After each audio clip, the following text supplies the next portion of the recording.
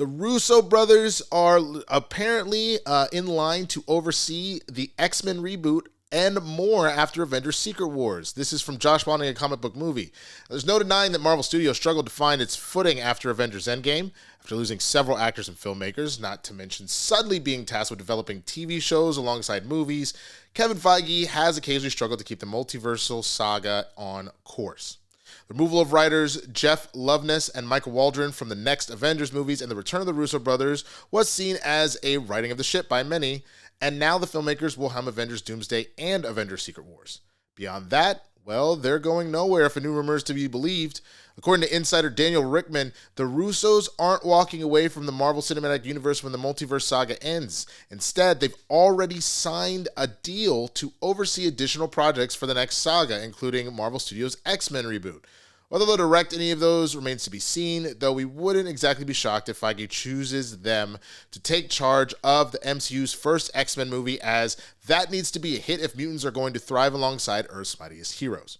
As you may recall, recent rumors have pointed to Mr. Sinister being the big bad of the X-Men franchise, something I would absolutely love, something we've long suspected after Fox's efforts focused on Magneto, not to mention Sinister's prominent role in X-Men 97. The Mutant Saga next big event, meanwhile, is rumored to be Avengers vs. X-Men, and that's a movie we could definitely see being on Joe and Anthony's radar. Of course, the duo might not be alone in being part of the next saga if recent reports about Robert Downey Jr.'s future as Dr. Doom are accurate.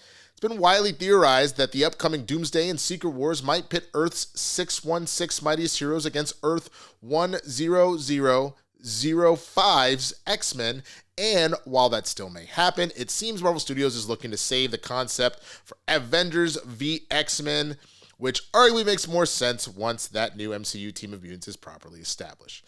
I think you will see that continues in our next few movies with some X-Men players that you might recognize. Feige teased last November. Right after that, the whole story of Secret Wars really leads us into a new age of mutants and of the X-Men. Again, it's one of those dreams come true. We finally have the X-Men back. Avengers Doomsday is set to be released in May of 2026, with the Avengers Secret Wars scheduled to arrive in May of 2027. All right, man. So I hear that, and honestly, that gets me pretty excited. I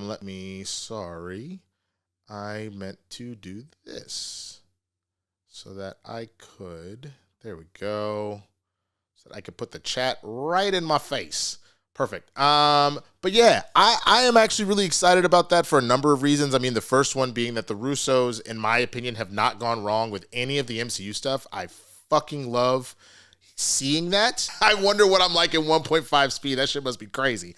What's going on, JMB? But the Russos have never missed, in my opinion, when it comes to any of the MCU stuff. People could make the argument one way or the other that, you know, some of their other films have hit and missed here and there. But overall, I think their work is always quality, especially when it comes to the superhero stuff. They really know what they're doing. They really know how to handle the ensemble of it all. I mean, both the Civil War and then Infinity War and Endgame, they were fantastic.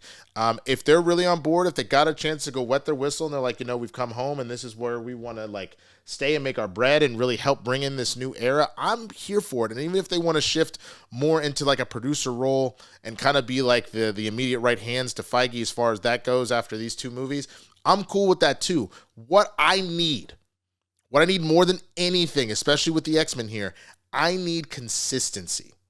I need quality shit. That is what I need out of this, because in my opinion, the X-Men have had a tendency to be probably some of the most beloved teams and things like that in like across superhero stuff.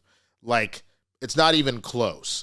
Like, obviously the Avengers have done exceptionally well and at the box office, but that's kind of because that was the hand that was dealt one way or the other. Those X-Men movies really helped pave the way. The problem was they were just very hit or miss. They were very up and down. And the storytelling of the MCU, at least the first three phases, was so good and so consistent that became the new gold standard. So I just think that what you want to do is you want to take the fervor and the love for the X-Men, and you want to give it that same quality storytelling that you saw at the beginning of the MCU. And if you do that, you're printing money again. Realistically, you are printing money, and I think especially for those that aren't familiar with the Avengers versus X-Men storyline, it's one of my favorites. It is specifically focused after the House of M and after No More Mutants and all that, and there's virtually no mutants left on the planet, and the Phoenix Force is coming back to Earth, and it's coming straight for Hope Summers, and the idea is mutants go, oh my god, with Hope able to control it, she's been training to do this. She could help give rebirth, as the Phoenix Force is supposed to help spawn rebirth, could rebirth mutants. Mutants could come back. The Avengers freak out because obviously the Phoenix Force is a cosmic force of nature, and in the same breath that it is allowed for rebirth, it can also just destroy on an epic level. So they're terrified of it, and they're especially terrified of like if none of the vessels could actually keep the bird, the cosmic bird intact, it could destroy the Earth and all that. So they're like, absolutely not. We're not letting the Phoenix Force get there. Obviously, they're like, give us hope. We'll figure something else out. And the mutants are like, no, and you're not going to take that away. And Scott helps lead the team against the Avengers, and there is a big fight that ensues. I highly recommend that book if you haven't read it. It's sitting over on my shelf right over there. I would definitely say check it out if you have the time. I would be very curious to see how they evolve that storyline because, again, that is one of those things. Let me take this down for right now. We'll put it back up during the stories. That is one of those things that I think would genuinely just be super, super fire. I think if they pull it off, and I think what you do, you probably go the way Civil War did. You keep the idea of registration that the Sokovia Accords were. However, you warp it so that it works in the world that you're living in. Even though we have all of the characters, unless you were going to, in my opinion, make it almost a trilogy just based off of how that goes, it sounds like maybe a 2-movie situation again, 2 3-hour movies as they did, is like maybe another Avengers break.